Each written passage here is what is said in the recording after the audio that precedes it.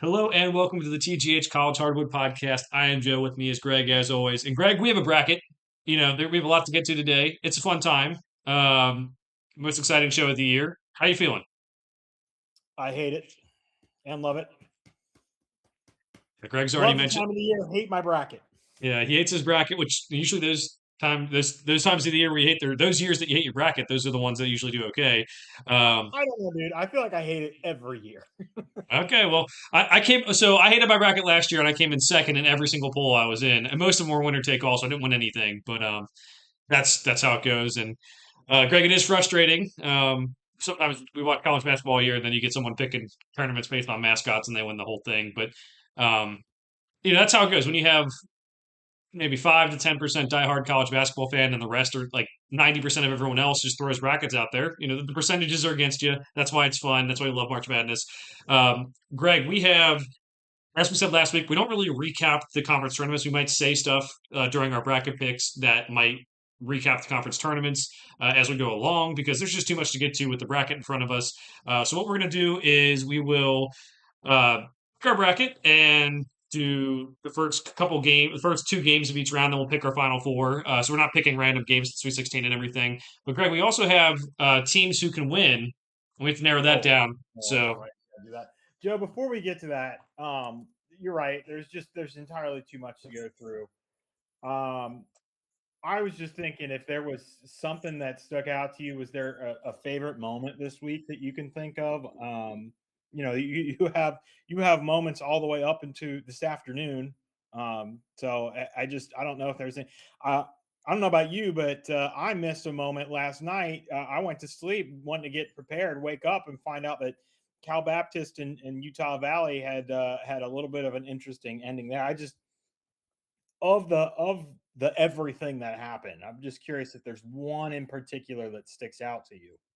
Oh, it's Arizona versus Iowa State on Friday night of the Big 12 tournament. It was probably the best game I've seen in Mhm. years. I'm not kidding. I mean, it's not just that it was high quality. Obviously, those aren't, Iowa State's a two seed, Arizona's a one. It's not like they're the two best teams in the country, one versus two matchup, but it's pretty close. And I think they made the last 11 shots, and Arizona gets the win. And that was definitely my favorite game to watch. I mean, there's definitely some other moments too. I think that we're going to talk about here too. I think I think some matchups that are going to come about that we can learn more about some of these teams during conference championship week, and now they have these matchups that may or may not be good for them too. But is there anything else you could think of that you wanted to point out? I mean, yesterday I was jumping out of my seat when Dayton had the tip in to win against SLU, and of course, just couldn't get the job done today. But obviously a couple of things over the last week where you can tell it's this month, it's this magic. We're going to pick these brackets, we're going to do analysis on these teams and say what we do and we don't know about them, and logic our way into a winner, and then the games are played. So Yes, definitely. Greg, do you want to start with teams who can win, or do you want to do our brackets first? Because honestly, it doesn't matter. We're going to have. I'm assuming both of us picked someone who's we're going to keep on the list, so it could go either way. What do you want to do? oh, I, I don't know. I don't know what makes more sense. I'm with you. I don't think there's a rhyme or reason going one way versus the other. Um, I don't know. Do you want to maybe the only other thing I can think of is trying to attack these teams as we come across them in the bracket. Okay, let's do that, and then I think it's going to be useful to kind of talk about some different strategies you can use to win your bracket pool. It may not be our picks because I think we try to pick straight up what we think is going to happen. But other people, if you're trying to play in these pools, like sometimes you're not actually picking exactly what you think is going to happen. It's like a risk management thing. So let's get through our bracket and get to our picks first. Then we'll finish off the teams who can win and have the stakes with it. So Greg, as mentioned, we'll start off with the East regional, a loaded regional here. And what we're going to do, like I said earlier, we're going to pick the first two rounds, and then we will just say what team we have coming out of the Final Four in that bracket. So everyone can never pick. So it's not like we're picking.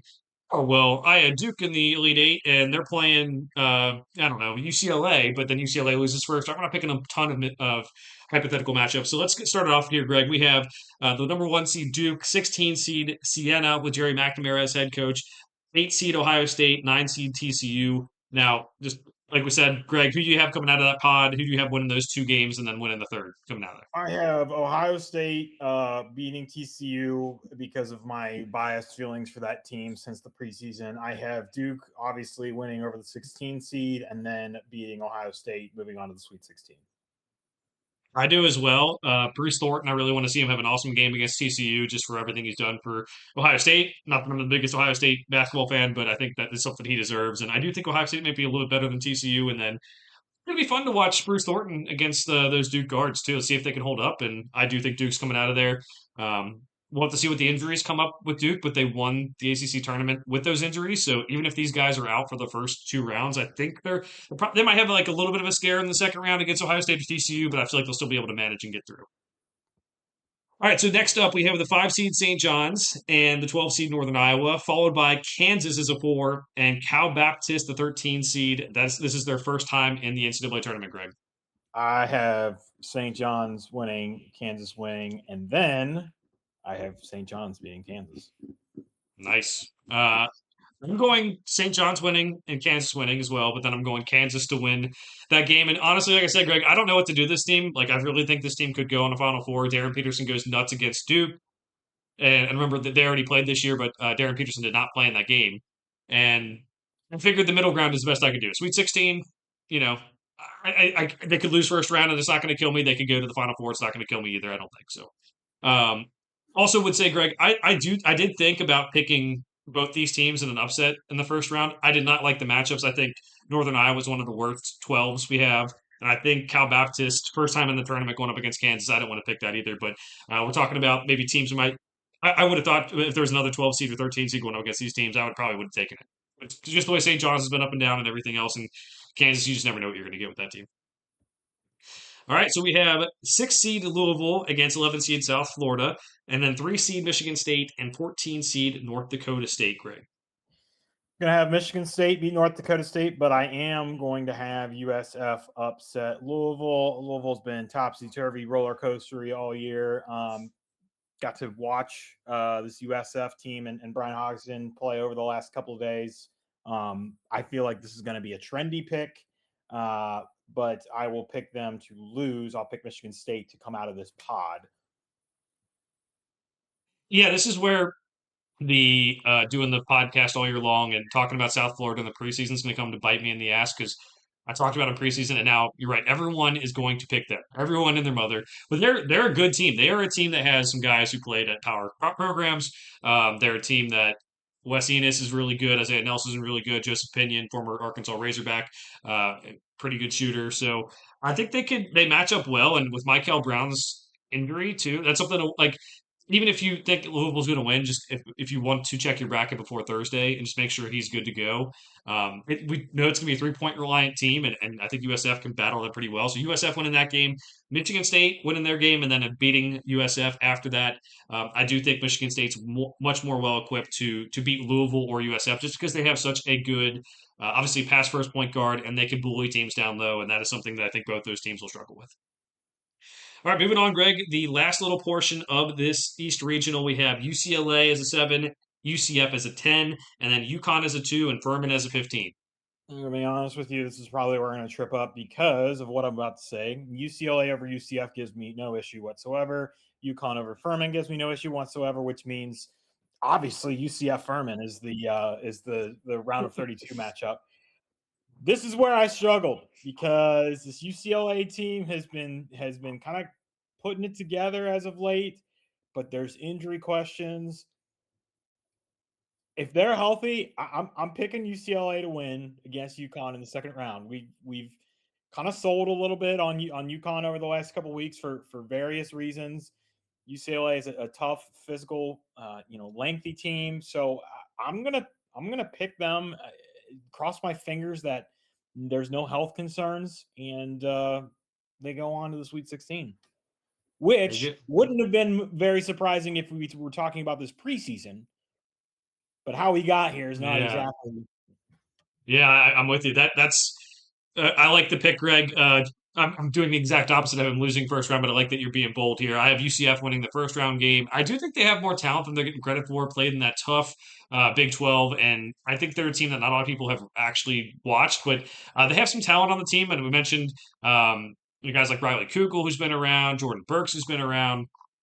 They're a team I think can win. And UCLA, like you said, check those injuries before you finalize your picks on Thursday. That's something that everyone should do. But UCLA is another team to watch out with that. And then UConn winning their first round game against Furman and then advancing to the Sweet 16 with a win over UCF. Even though I don't think they're maybe national title contender good, I do think that UConn. I don't want to bet against Dan Hurley losing first weekend, Greg. You got some real balls there. All right, so who's coming out of your East region, Greg? Michigan State. Oh boy, guess what?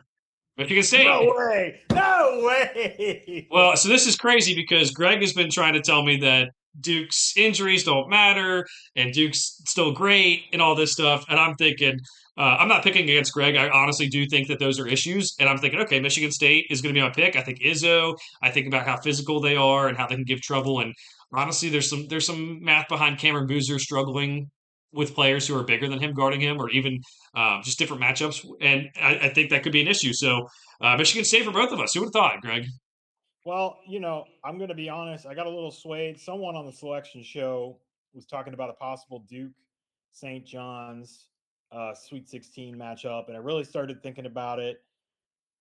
And I thought about, yeah, obviously Boozer's seen a lot of things, but I don't know that he's seen a 1-2 as capable as the Ejiofor and Dylan Mitchell, kind of like power and athleticism trade off. It's almost like they got a speed back and a power back they can throw at them, kind of thing. So, Mhm. and then we talk about the guard play. Well, if you know the guard play really isn't, if it's all the same at that part of the court, and then you look at what they have to offer on the defensive side of the ball, I don't know. I don't feel comfortable picking it, but I mean, like I easily could have ended up looking up and seeing 4 1 seeds in my bracket. And I hate doing that with the Final Mhm. Four. So I like to try and find something that I can talk myself into, I guess. Yeah, no, that's fair. I had Duke penciled in to be upset after the injury to be penciled in to be upset in the Sweet 16, and I didn't want to pull the trigger, kind of like you said with St. John's or Kansas. The matchup, I think Duke can still get past that, especially with Kansas being up and down. I didn't want to take a chance on that, and St. John's being up and down too. I didn't feel like that was necessary. But Michigan State might be a team that loses early. Who knows? But I can at least trust the things that we know about them. They're going to be physical. They're going to rebound. They have a pass first point guard and Jeremy Fears who sets everyone up.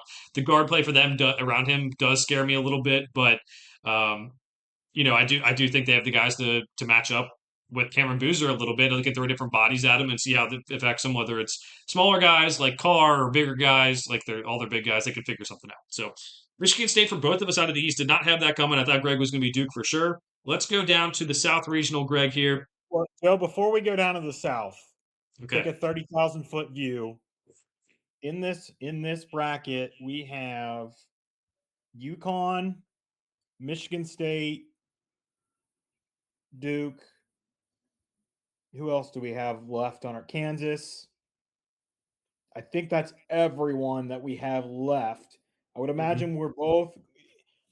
If we were gonna take Duke out, if it would be because of the injuries. I Yeah. I don't feel comfortable doing that. So the next question, and you and I talked a little bit offline about this. The next question moves to UConn, and I Yeah. here's the This is here's the and thing this good.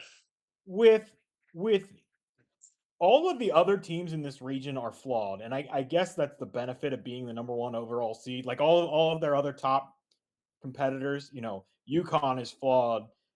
St. John's is obviously flawed. Kansas, we've talked about, is flawed. I mean, like, so you're basically picking between Duke and Michigan State, and they've played this year already. Granted, Duke was fully healthy at the time, so I I don't know that I want to say. I just like there's not like a brick wall standing between UConn and the Final Four or UConn in I see that's what scares me is now looking at this bracket. There's not like it's not a behemoth of a region outside of Duke and Michigan State. See, I think it is a tough region because I think Michigan State was underseeded. I think there's a very good case that could be on the two line. And again, maybe they should have because, Greg, we were told by Seth Davis that the selection committee does take the conference tournaments into play. They actually did this year because Purdue's on the two line and they should be on the three. If you look at just how things traditionally go, I think it's decently tough. But you're right, there are flaws. But like I think at the ceilings of some of these teams, and man, if they all like, I could see like even as deep as like six with Louisville. You obviously think UCLA is going to be winning two games. I think it could be tough, man. I don't know. So, um, if I would, I think there's a lot of high floor but questionable ceiling teams. Is that a better way to put it? I think so. And Greg, if we'll come back to the teams who can win conversation, but I think there's going to be at least one team from this region. Obviously, we have to get down to 10, so that's what, all the two seeds and the two, three seeds if we stay chalk. So, but I think there's at least one team we can get rid of for sure. And then I have some other teams that are even higher seeds that I think later Yeah. on we can get rid of too. So, Yeah, I just as we're going through this, obviously we can do it all at the end. But if there was anyone that we were like, hey, we're ruling them out, easy peasy as we're going. And the way this bracket looks, I know you disagree, but I don't. If it'd be different if Duke was completely healthy, I'd say yeah, I have no problem getting rid of Kansas and UConn at this point, and I don't. We have now the benefit of looking at the bracket when we're weeding out these teams, but Duke's not 100% healthy. They're at least down Caleb Foster. We can have a discussion about how much that means.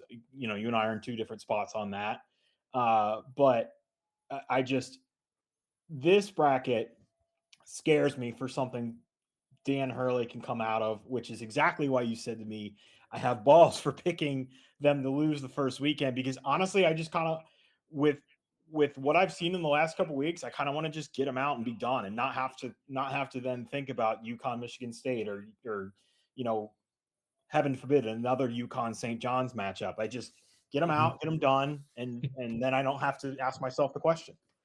yeah, I would say I think the left side of the bracket all the way down is tougher than the right, and I think it's by a pretty far margin. I think this is a tough bracket, and I think the South we're going to get to here might be the toughest because there was a couple teams who were underseeded.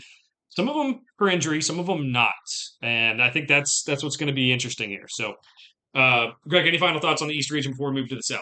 Mm-mm. All right, let's start it off. Number one seed Florida playing the playing game from the 16 seeds Prairie View A&M and Lehigh, and then number 8 seed Clemson and number 9 seed Iowa.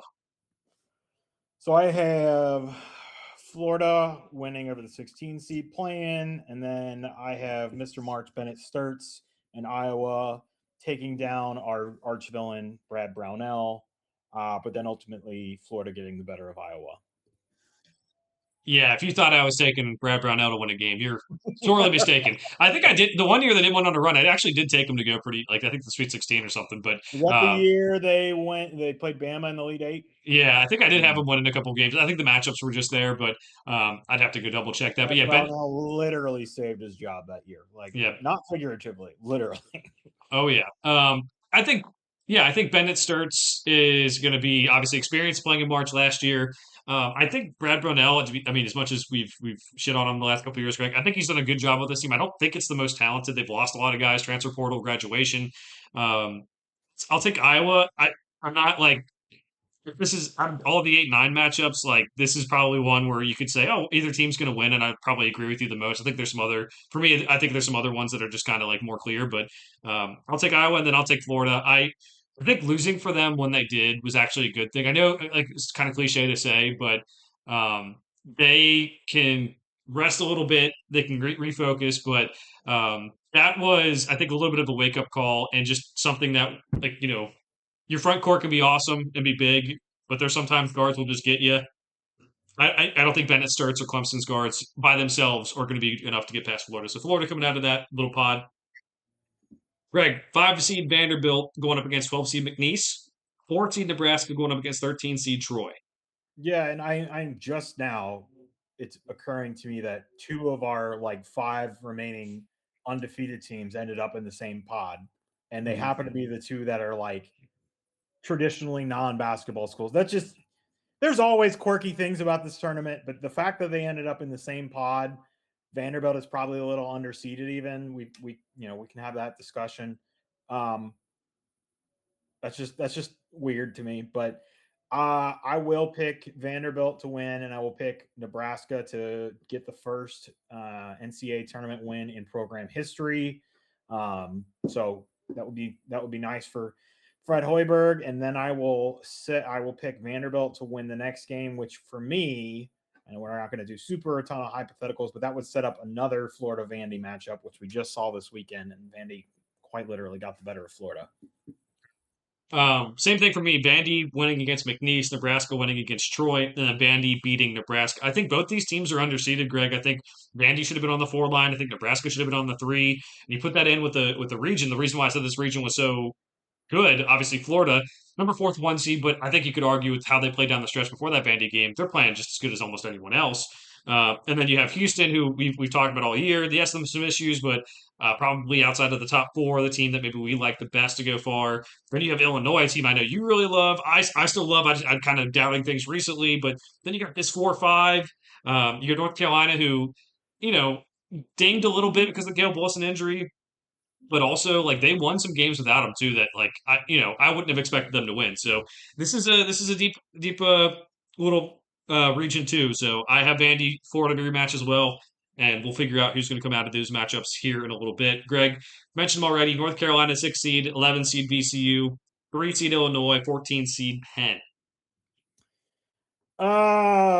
Again, you got to pick something somewhere. So no Caleb Wilson. Even granted, what you just mentioned about how Carolina has played without him, I'll pick VCU to upset North Carolina. The 11s and 6s and 12s and 5s are often really trendy upset picks. So we'll see if that holds true this year. But and then I got Illinois over Penn, and then I would have Illinois beating VCU. Right. I have North Carolina winning that game. I think the size is going to get to them too much. I do think they're vulnerable, and again, a different situation where you know if they were playing USF, I'd take USF to beat North Carolina. I mean, maybe some of these playing games I would take those 11 seeds to beat North Carolina. I think North Carolina's going to be able to get through that one. Illinois beating Penn. Greg, have to mention TJ Power having one of the best conference tournament finals we've ever seen. Was it 44 points and 14 rebounds? I think Jameel Warney from Stony Brook was another one in the last 10 years. He was really good. He had like 40 points too. Um, Illinois beating North Carolina in that second round very easily could be VCU, like you said. Yeah, I like Illinois. It's just some of the guys have been inconsistent. We thought Andrei Stojakovic was going to be a guy. He's kind of slowed down. Colin Boswell got hurt. He's now back. Keaton Wagler is still very good, but um, I would say they're a pretty safe bet to get out of the first weekend. I just don't know what the ceiling is for this team anymore, especially the region they're in.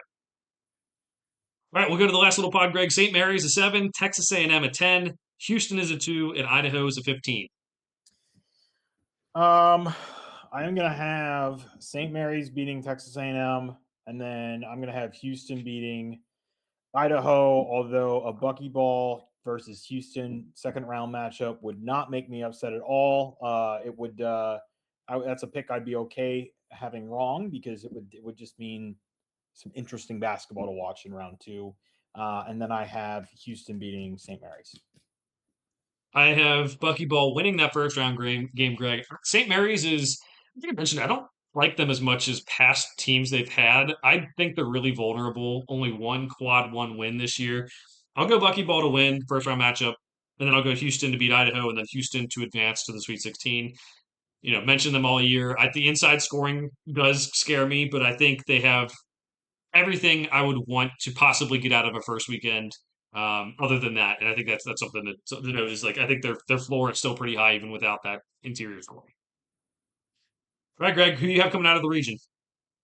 I have Houston getting the better of Florida this time around.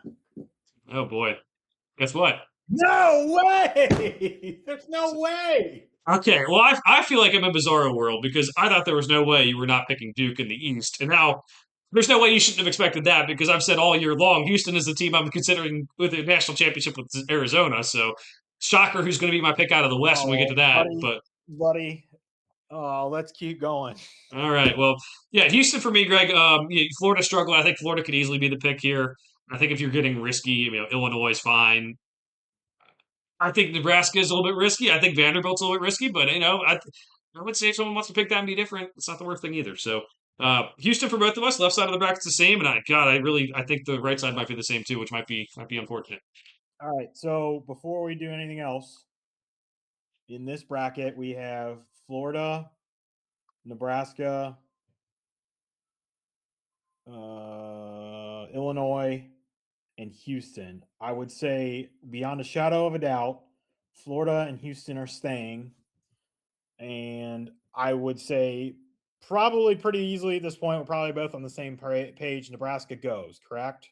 I'm taking them off. Just Yeah, not on the same caliber with the other teams. that's we talk about the Ken Palm efficiency, Greg, and how you need to be usually top 25 in each offense and defensive efficiency by the end of the tournament. And yeah, you can be like kind of close and play yourself in. Nebraska's 55th in offensive efficiency. They'd have to shoot the heck out of the ball to get into the top 25 there. So if you believe in analytics, part of it, or if you just believe in your eyeballs, and Nebraska is kind of, I think they had a really good run. I think they're going to win their first NCAA tournament game, but to win, come out of this region would be one of the better sports stories we've seen in a long time, other than Indiana football. So that we were at 18 already, correct? So Yeah, we're now we're at down to 17. So 17. the question is, do we want to keep Illinois and have a discussion about them later, or are you ready to write them off, considering that they have Florida and Houston in their bracket? I think I have other teams that I might want to take off first. So I'll leave them. If you're okay with leaving them, I'll leave them because I know Okay, you like them too. All right, so okay. let's go to the West region, Greg. Let's see if we keep the same Final Four teams, assuming we do. Arizona's the one. LIU fins up is the 16. 8 seed Villanova, 9 seed Utah State. Again, a little bit underseeded there for what they did. I am taking Arizona to beat LIU, and I am taking Utah State to beat Nova. And I really didn't. That was click for me. Same here. I think Villanova, benefit of the doubt with the Big East being not as good. They've played solidly, but I really don't think they're that great of a team. And Utah State has extra motivation for being underseeded. They actually have more quad one wins than Villanova, and actually the same number of quad two and quad three losses. So again, just how do we get to this point? They're higher in the net. I'm committee's an idiot. So uh, that's I'm going Utah State to win their game. MJ Collins is a little bit different. Mason Falslev's very good player, and then I think they ultimately lose to Arizona, who's just such a well balanced team. Next blue pot here, Greg. We have 5 seed Wisconsin against 12 seed High Point, and then 4 seed Arkansas and 13 seed Hawaii. I am taking Wisconsin to beat High Point, and I am taking Arkansas to beat Hawaii. But Joe, I gotta say, looking around, I feel like Wisconsin draws the short end of the stick on the 12 seed that they got. Yeah, I think McNeese is the highest rated in the nets for these teams. I think they're a decent amount above these teams. I think High Point's better than their net in ranking indicates, but yeah, that's the thing is like I think if there was if High Point played a different five, if they played St. John's, I'm taking High Point. If they play Texas Tech with their injuries, I'm probably taking High Point. So I think you have a point there. But because we talked about the last couple of weeks, Greg, I don't want to play Wisconsin. Their guards are crazy. They had some awesome play in the Big Ten tournament, some shooting from their bigs as well. Wisconsin is going to beat High Point, I think, and then Arkansas is going to beat Hawaii. Greg mentioned last week Hawaii does a no switch defense, no help defense. I think they got the worst possible team to do. No help defense on Darius Acuff. This is the worst. Like if they quite literally if they played anyone else in the tournament, I think it is a better matchup for them. But they played dribble drive John Calipari offense with Darius Acuff, and then I'm going Arkansas to win that game against Wisconsin as well. I think that we said it like I don't have many upsets overall, Greg. I wanted two more. You probably have more than me, but I just look at some of these second round matchups, and Wisconsin Arkansas would be one that I'd be so jumped up for. Like it'd be, there's some on the other side of the bracket too. Vandy, Nebraska, UNC Illinois if you pick that. But I think Wisconsin Arkansas with that guard play could be one of the better second round matchups we could have this year. And I'm going Arkansas. You're going Arkansas Sweet 16. All right, we're going to keep on going. BYU's a six, playing the play-in winner of the 11 seed game, Texas and NC State. They've already played this year. A little bit curious about that. And the number three seed Gonzaga versus number 14 seed Kennesaw State. Hooty hoo, Greg. Hooty hoo.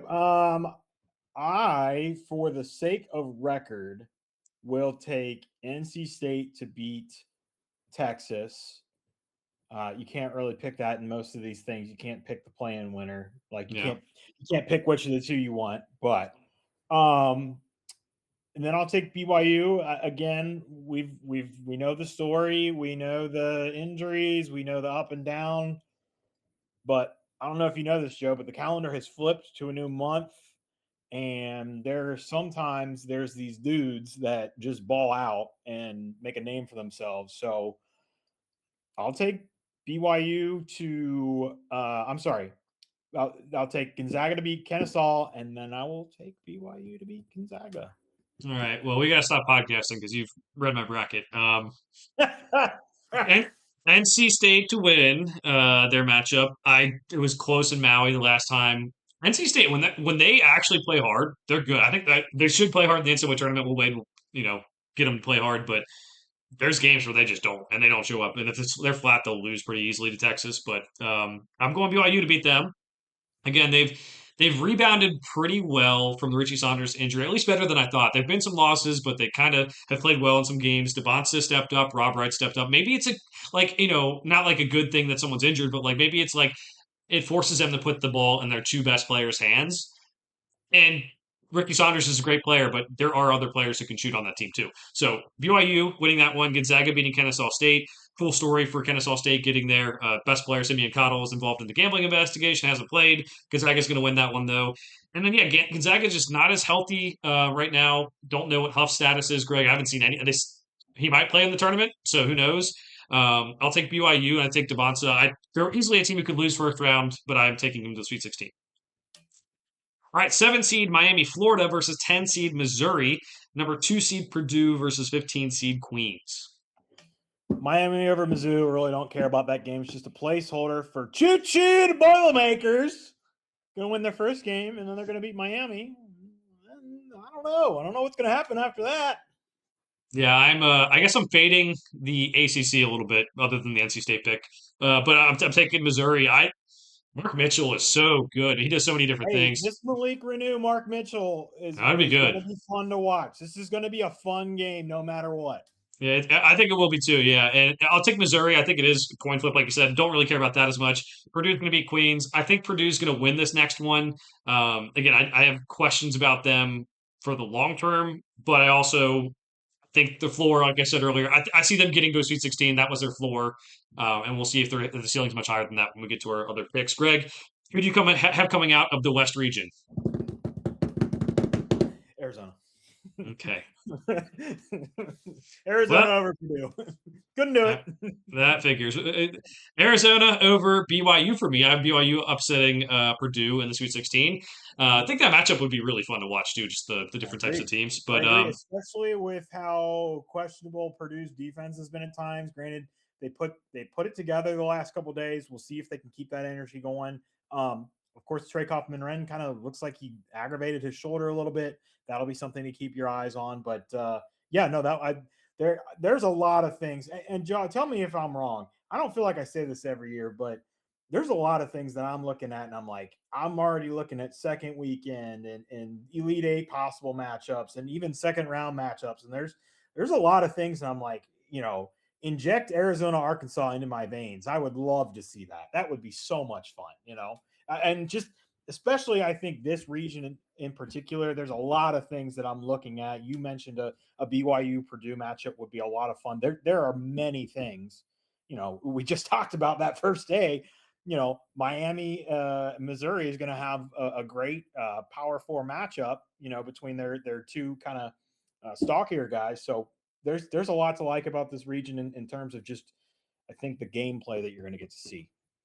I think so too, and that's kind of for me. It's a silver lining, right? So it's not that, and it's going to be fun when we get there. But for me, it's like if the first round ends up not being as we hoped it would be with some upsets. I hope there's more upsets than I picked my bracket. I'll be the first one to admit that. that second round, that third round, that fourth round, there are some really good matchups, and I think there's going to be good games in the first. Even if there's not upsets or buzzer beaters, there'll be some good games worth watching, as it always is. But if you know the people who are casual fans who come around for March and they're like, "This tournament stinks. No one upset anyone. There wasn't any buzzer beaters." I mean, they're obviously wrong. There's always good basketball on, but if they stick around, there's going to be some real good games down the stretch. Obviously, Sweet 16, Elite Eight, Final Four, whatever. Greg, do you want to do a bird's eye view of this conference or this region real quick? Yeah, so that would be for our teams that can win. We still have left. That would be Arizona. We don't have Wisconsin. We took Wisconsin off, correct? We did. So it's Arizona, Arkansas, Gonzaga, and Purdue. Is there anyone that immediately you want to take off? Uh, as much as I picked him to go to the Elite Eight, BYU. They're 57th in Oh, defensive. we still have BYU on our Yeah, list. we were afraid to take him off because of DeBonsta, even All after right, the fair Richie enough. Saunders. We can take them off. All right, Yeah, that because I, I don't want to say I wouldn't be shocked for this team to make a Final Four run, but out of this region, I feel like I would. There is a lot to like about this region. AJ DeBonsa is one player, and granted, he may be awesome, but there's just so much that they could potentially see. I guess if the dominoes fall exactly the right way for them, and Utah State blows Arizona out of the water, or Wisconsin picks off Arkansas or something, like yeah, maybe, but even then they'd face a gauntlet in the Final Four. I don't care who would be coming from the other side. So I'm very comfortable taking them off, and that gets us down to 16. yeah, I'd be fine with having three teams from the side of the bracket, maybe four, we'll say four. But I would say Gonzaga is the team I would take off. Greg, their metrics are fine. They're right around. I think they're 29th in either offense or defensive efficiency. The other one's in, but I'm with I, you. They don't I stand up against the rest of these teams that we're looking at. Like they're a solid team. They're decent, but I'm with you. There yeah, is a clear line of delineation between them and the teams at the top. yeah. I think obviously, I know you want to keep Purdue. I think we can save that discussion for later because we're going to obviously have to cut teams we don't want to cut at the end. But down to 15 teams, Greg, that's better than I thought we would do at this point. So at least we have that. All right, let's go to the Midwest region, the last region we're going to do, Greg, and then we'll get to our final four picks and champion picks and everything. Michigan is the one seed versus 16s playing game UMBC and Howard, and then 8 seed Georgia, 9 seed St. Louis. Who you going with, Greg? So I'm going to pick Michigan to beat the plan, and then SLU to beat Georgia. And again, that was bang bang for me. No zero thoughts. Oh wow, I'm going Michigan and Georgia. SLU's just down You're the stretch. wrong. SLU down the stretch has just bugged me. They played well in the A10 tournament, came up obviously short in that crazy game, but Joe, you've this clearly forgotten what month we're in. we are. Clearly forgotten what month we're in and who's on that Hey, SLU team. nothing will make me happier than if SLU goes on a little run here, Sweet 16 Elite Eight. That'd be a lot of fun. But they lost what was it, 3 of their last 6 and 4 of their last 8 against not the greatest teams. I mean, you got George Mason and Dayton are fine, and then Rhode Island not so much. But I do question this team, the talent level of it. I think Schertz is doing a great job, and Robbie Avila is really good. But other than that, and him and Trey Green, who's obviously played at Xavier, I just don't know. And you know, I'll leave it at that. I think Georgia could get the win here. They're obviously more battle tested than Slick. Joe, I guess this is a good time to bring up Josh Schertz signing a allegedly long-term extension. I don't know. I haven't seen the actual detail. Have you seen any of the details come out? But No. Schertz was one of the names that looked like he was going to be on the carousel, but I have to imagine with him signing that, the buyout will be so big it doesn't matter who comes calling for him at this point. Yeah, I think this year, I think he saw the market for the jobs this year, Greg, and was like, okay, Kansas State, Boston College. And he's like, I can do better than that. And I don't blame him. And then I think next year, 2 years down the road, maybe the buyout gets a little bit less. And he's like, hey, I don't know, a big job, Kentucky, Kansas, whatever it is, something like that. He might be like, if he has another good year next year with a new crop of players, no Robbie Avila next year, then yeah, I think he would deserve a job that might be a step up from those jobs. And My only question is, do you think the administration gave him any semblance of, hey, we're going to make a push to get in the Big East? Because there was, I don't know, we talked about this on air, but there was a literal motion in was it Yeah, the state uh state, yeah, state courts or yeah, something. Yeah, state courts for to push for SLU and who else to be added to the Big East, yeah. which It wasn't Dayton, but who was yeah, it? I can't remember who it was, but I don't know if that's a bargaining chip on the table, and I don't know. I don't even know if I'm saying that that tips the scales. Like if SLU ends up in the Big East with the state of the Big East right now, like just let's just say that happens. I still feel like there's better roads for him out there, even if that So, happens. I actually think the Big East could be in play, and I do think this year for the Big East is down, and next year it's going to be better because of the rev share thing, where if you get the X amount of money for your school, the teams who don't have football can obviously put more money towards the rev share. So that's why guys like Richard Pitino, I think they're going to double their commitment to NIL at Xavier.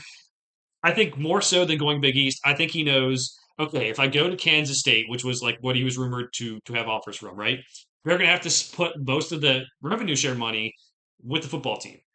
They're historically do not care about basketball other than the Bob Huggins, Frank Martin years. This is just this we know St. Louis is the thing. But St. Louis basketball is the thing people care about for that college, right? So I think it might be more of that. The revenue share will be there. If he has a good year, maybe he gets a win in March, he gets more NIL money. It's a job where you can compete in the A10 year in and year out, I think, especially with his pedigree now over the last couple of years. So I think more so than the Big East push, which it could still be in play. Greg, don't be wrong. I think they still try to push into it, and you know, I think the Big East could consider it at least. But that's where I think it is. Is like you're getting much money, whereas if you go to Kansas State, the rev share might be it's 90% football and 10% goes to all the other sports, and I think might be something you thought about. So. All right, so let's go to the next little pod here, Greg. We have number 5 seed Texas Tech against number 12 seed Akron and the number 4 seed Alabama against number 13 seed Hofstra. So this isn't even my earth-shattering pick for this pod, Joe. Or I'm sorry, for this region. This is, I guess, my earth-shattering pick for this pod. But I'll take Akron to upset Texas Tech. I know Christian Anderson. It sounds like he's going to be back and healthy. And of course, if JT Toppin was back, I wouldn't even consider this. But we talked about this Akron team before they were the MAC tournament winner. I believe you even mentioned them in the preseason, if I remember correctly. But so just given that, those kind of parameters and variables, I'll take that as an upset. I am obviously not going to be upset if I look up and I have to watch Christian Anderson in a Sweet 16 game. That will not anger me whatsoever. But then I'll take Bama to beat Hofstra.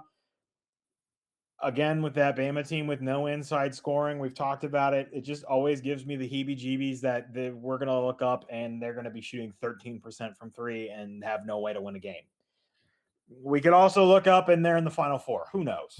But I'll pick for this pod. I'll pick Bama to beat Akron in the round of 32. Yeah, I'm going Texas Tech over Akron. I thought about it. I can't pick against Christian Anderson as much as Akron has some good players. I think I did mention them preseason, Greg. You know, not just having Johnson, the leading scorer, probably should have been MAC Player of the Year because he scored 20 points per game, and Peter Suter from Miami scores 14. But they went with the team. They went with the guy who had more wins. I get it, but Akron was pretty close. But they also have the Mahaffey brothers from Cincinnati Moeller High School, but also Ohio State transferred in, playing together. Um, I thought about it and I wanted to pull the trigger, but Christian Anderson is so fun to watch. He's one of my favorite players to watch who's not on one of my favorite teams. So going Christian Anderson and then Alabama over Hofstra and then Alabama to beat Texas Tech. If Texas Tech's fully healthy, I probably pick them to go to Sweet 16 at least. And if they're in a different region, I could see them picking them to go even further. But they're not healthy, so they go out in the round of 32. Joe, I'll be honest. If Christian Anderson wasn't like even anything tweeted about him, possibly playing through an injury or what, that was just enough. If he was 100% healthy, no question, zero, I wouldn't Yeah. even consider it. That's the thing. You have to pick your poison in this tournament, Greg, with different guys who either sit out sometimes or are injured for the tournament. And you don't know when they're coming back. And every coach in America, outside of the guys like Caleb Wilson, who's out for a year, they say, "Oh, are my guys coming back for March?" You do not know that.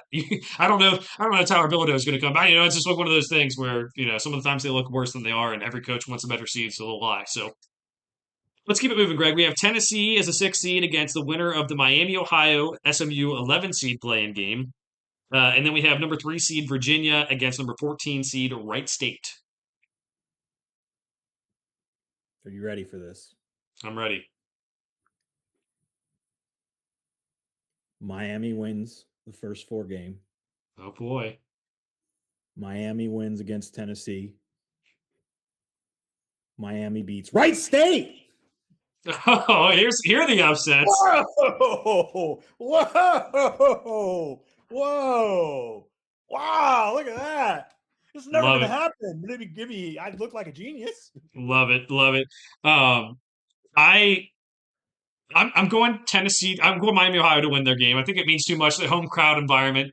They said on the selection show Miami, Ohio is like 2 hours from Dayton. I think it's a bit closer than that. So it's gonna be fun to watch. And then Tennessee beating that. Tennessee beating Miami, Ohio.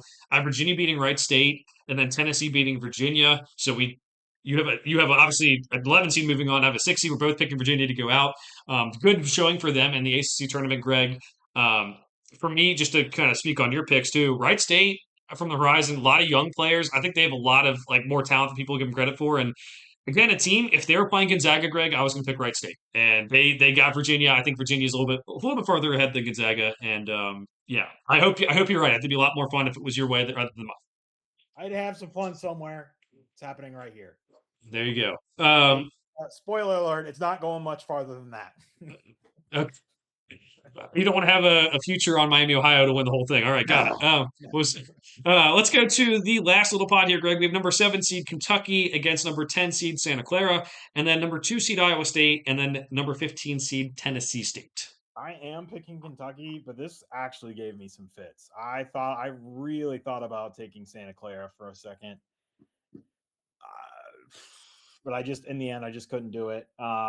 They shoot the ball really well, and that one scares me. But in the end, personally, I don't think it's going to matter because they're going to go up against Iowa State, and Iowa State's going to be moving on in my bracket. Now, with kind of the things that we've talked about, the flaws that we've talked about with Iowa State over the last couple of weeks, if someone wanted to say, hey, I have Santa Clara in my Sweet 16, actually, I'm not going to tell them they're an idiot. I don't think that's a silly pick at all. Someone says they have UK in their Sweet 16. I'm not going to say you're an idiot. If you have Tennessee State in your Sweet 16, I'm going to say you're an idiot. Other than that, you're good. Yeah, I'm going Kentucky to beat Santa Clara. I think the defense is the issue for them. 82nd in Ken Palm defense. I think if that was better, I think it would be a good pick. And I'm not saying it's not a good pick if it could happen, but I'm just saying I might feel more comfortable doing something like that.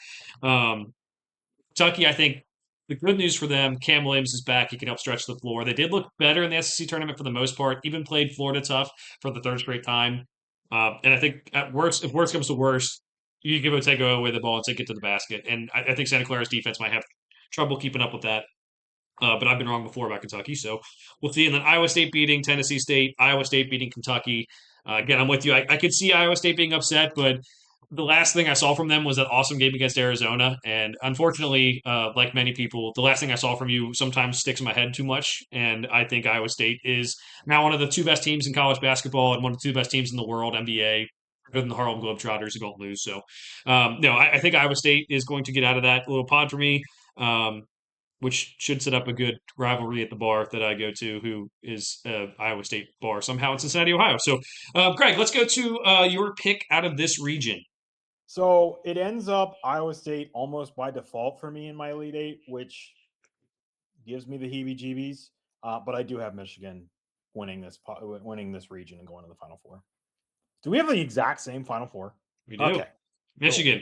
Cool. Great. Michigan for me too. I don't believe in changing my bracket after I do my initial thoughts, but this again shows me maybe we should. We honestly don't talk a whole lot outside of the podcast about like text about. I think past years we've texted more about it, and that's what's crazy. And means we're all going to be Definitely wrong. not bracket thoughts. Maybe singular things, singular teams, but like Yeah. we talked zero this between this end of the selection show and turning on this pod. Now, I will say, Greg, I did think about Iowa State over Michigan. Michigan losing to Purdue. I don't think Purdue's the greatest. Obviously, we talked about that, but you know, for me, it's. I think Michigan will rebound from that loss to Purdue pretty well. And like Iowa State's inconsistencies get me, and like the issues with the offense stalling get me, and not having like the real go-to guy, like in terms of like I need a bucket, I can go to you. Because honestly, like Jefferson's great, he's more of a point forward type. Momcilovic can shoot, but like not going to create his own shot. And Lipsy just has issues being like I've wanted him to just be the guy to just take over so many times, and he just hasn't been all the time. So that's where I kind of came up short. Is like I don't think Virginia's coming out of this region. I could see Iowa State. I can't really see Bama, Texas Tech with the injury. So it almost like for me again, I think the right side of the bracket's way easier. Michigan almost by default, but like Iowa State would be the only other team I would even consider. So all right, so our final four, Greg, go through your final four teams and then who your championship is and who your winner is.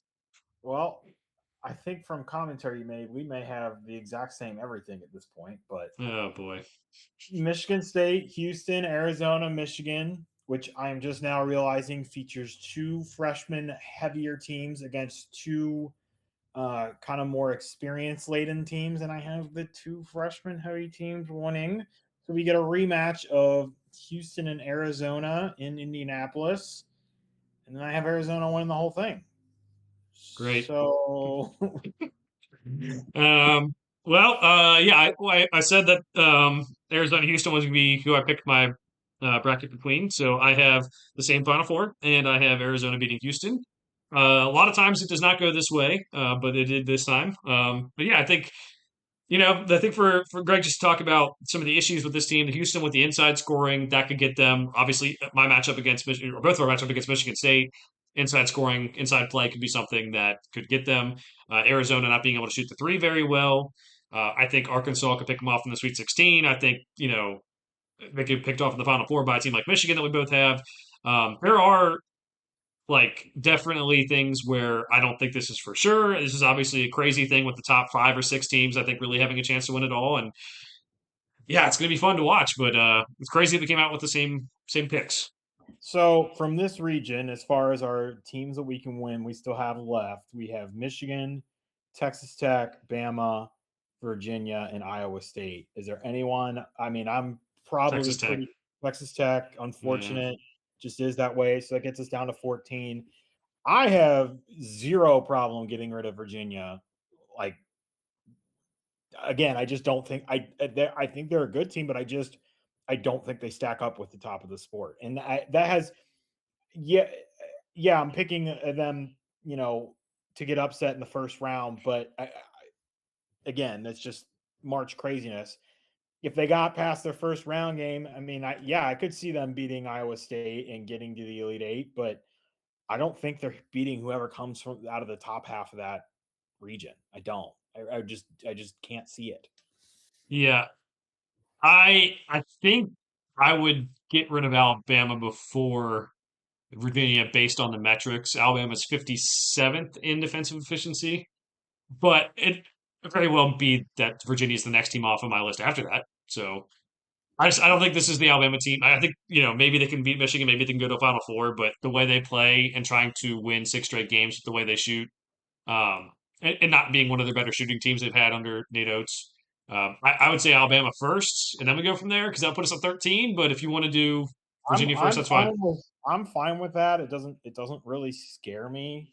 Um, again, the only thing that scares you with Alabama is that they suddenly, just the analytic, three and layup stuff starts kicking in and it's March and they just shoot the lights out of the ball. But doing that for 6 games is hard. That's a lot of consistency you're asking for at this point 18 to 24-year-olds. So Yeah. I guess Charles Bediako would have made it a lot more than that, but hey, you know, um, but yeah, I mean, I'm comfortable taking them off, and that gets us to 13. Yeah. All right. Well, we can. I think at this point we can bounce around and do whichever team you want to take off, Greg. I think Virginia's a candidate. I think Illinois is a candidate. I think um, what was the other one I had? Kansas is a candidate, 57th in offensive efficiency. Ken Palm, but Darren Peterson's been out. Now he's playing more minutes. They seem to be worse with Darren Peterson, but I don't. He's such a good player. I don't know. That's the scary part. That's why we didn't get rid of Darren Peterson. That's why we didn't get rid of AJ DeBonsa and BYU. Was we're just man, that guy's so good. But I don't know. I think Kansas might be the team I would take off first out of all. Probably just because of how up and down they've been and how, I mean, we don't know which roster we're going to see. So I'd probably be fine getting rid of them. Again, if I just say, do they stack up against Duke, Michigan, Florida, Houston? Like, no, just don't. Yeah. All right, then that takes us down to 12, and the candidates for me would be Virginia, Michigan State, Purdue, Illinois, which would leave us with Duke, UConn, Michigan, Arizona, Houston, Iowa State, Arkansas, and Florida. So, But of those teams you listed, my preference would probably be Virginia and Illinois. And a couple of weeks ago, I probably would have said Arkansas, but I have really changed my tune on them.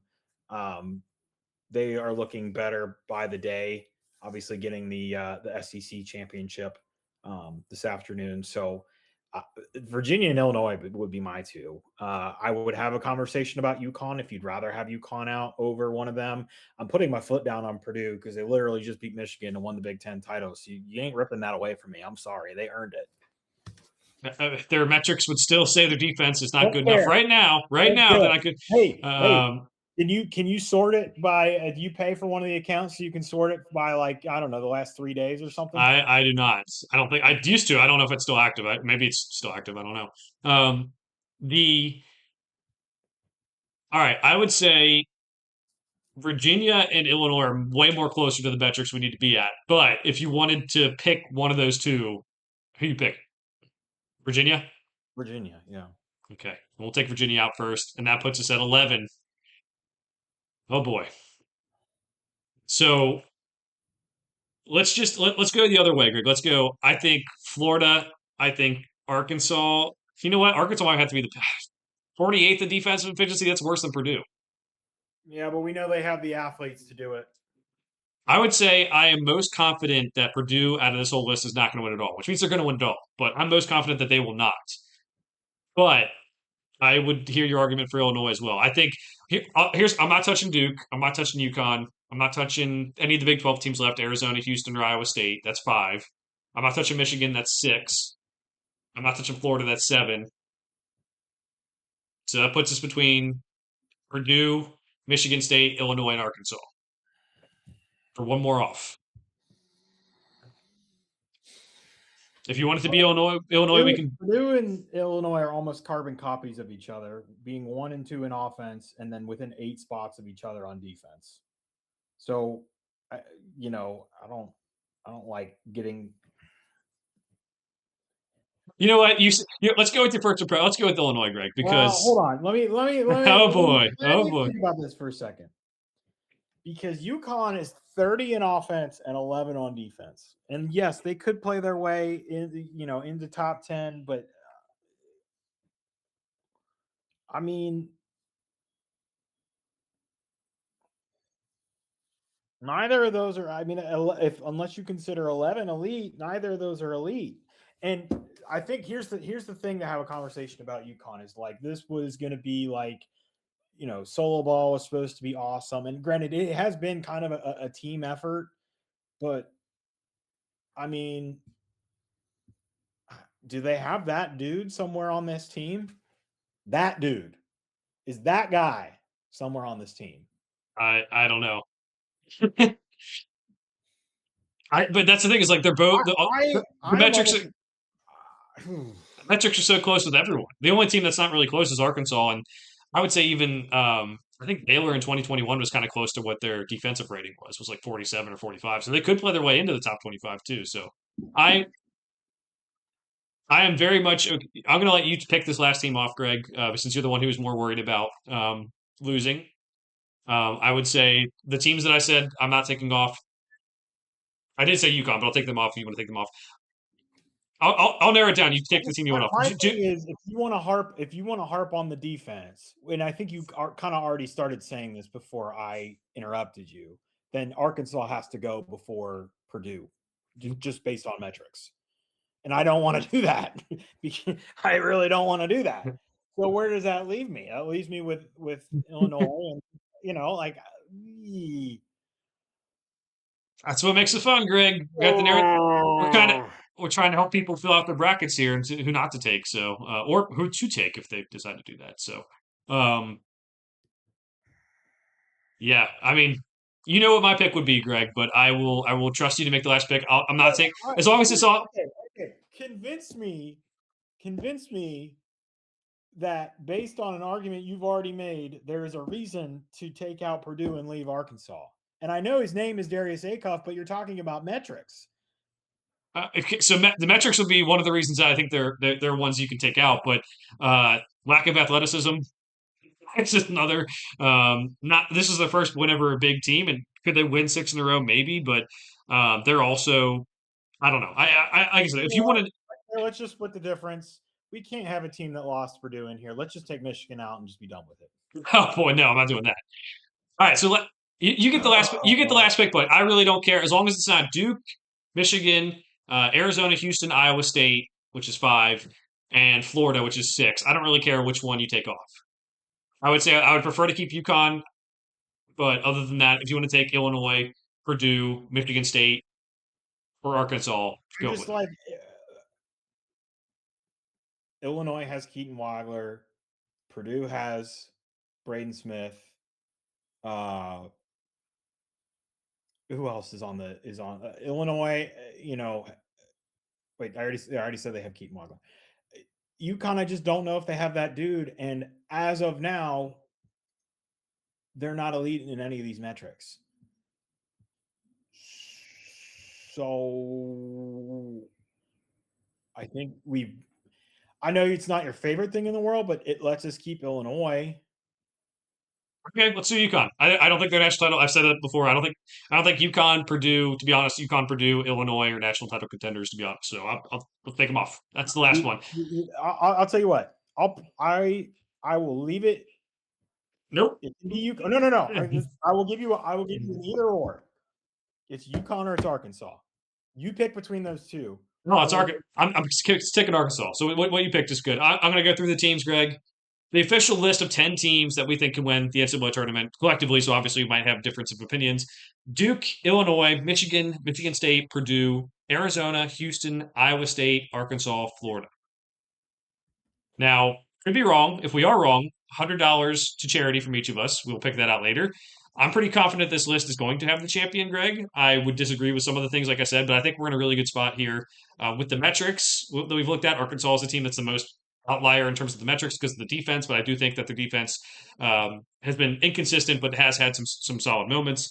But yeah, I think that's the teams who can I think legitimately can win it all. It doesn't mean that some of these teams we Here's marked off can't here's go to a Final Four, but to here's win it the all, it's a truth of lot. the matter. I think if we were picking a title contender and we had to give the people a list, I think we would have an easier time getting from this 10 to 8 than we did getting from 12 to 10. I really do, because I probably just cut Purdue and Illinois next, and I'm fine with that. Well, that's great. I mean, even so, I think you could say, gun to your head, pick 6 teams who can win a title, and Correct. you could go Duke, Michigan, Arizona, Houston, Iowa State, Florida, and that's 6, like I did earlier. Like that's the part where I think is more important. Those are the 6 like real big contenders, and then the other teams that are on the list that we kept, not as much. I think the favorites in this to win it all. So, but also, Greg, the point this to make about bracket pools and everything else. We both picked Arizona. Now, I'm going to say these are our picks. This is how we do it. We want to give you the honest take about how we think things are going to go, even if we are aligned this year. Most years we're not aligned, but also if you're looking to win a bracket pool, don't always pick like maybe you think. I think what most people are going to pick Duke to win the bracket pool because everyone in the world is a Duke fan apparently, and it's a name brand. Arizona will probably be number 2. Michigan will be 3. Florida will be 4. Pick if you want to win your bracket pool and you don't want to go and have a matchup like me and Greg where we're like rooting for first round matchups to go different ways because of all the similar picks we have. Take a team like Houston, take a team like Iowa State, take one of these 2 seeds that we mentioned. If you really like Purdue, take Arkansas them. might be the best value out of the ones we have Take left. I take feel like almost no one is going to pick them. yeah, and honestly, that's how you listening to some other podcasts this week, the way you win bracket pools is pick a dark horse to go far, and then pick chalk the rest of the way. That's how like professional gamblers do it. Now, we didn't do that because again, it's more about us picking what we think is going to happen rather than mitigating risk for these big bracket pools. But yeah, if you're me, Greg, and I'm trying to win a bracket pool, I'm not going to do this because I believe in one bracket. But I might flip Houston to be my champion instead of Arizona, and that's a team that was fifth or sixth on the list of teams who can win or like on the odds, and that might get you the championship. Like if Arizona gets knocked off and Houston goes to the Elite Eight or Final Four, and everyone else at Arizona, you're right there. So it's just a percentages game. So that's something to look out for as you fill out these brackets. We've limited the teams who can win it for you as well to help you out there. Greg, any final thoughts before we sign off for the week? Here we go. Yeah, super excited. A lot of good basketball coming. Excited for the first four on Tuesday, and then the first round on Thursday and Friday, second round on Saturday and Sunday. From now, I have to remind everyone to like and subscribe to the podcast wherever your podcasts at. Like and subscribe to the TGH YouTube channel where the video of this will be posted. For now, thanks for watching. We'll see you guys next time.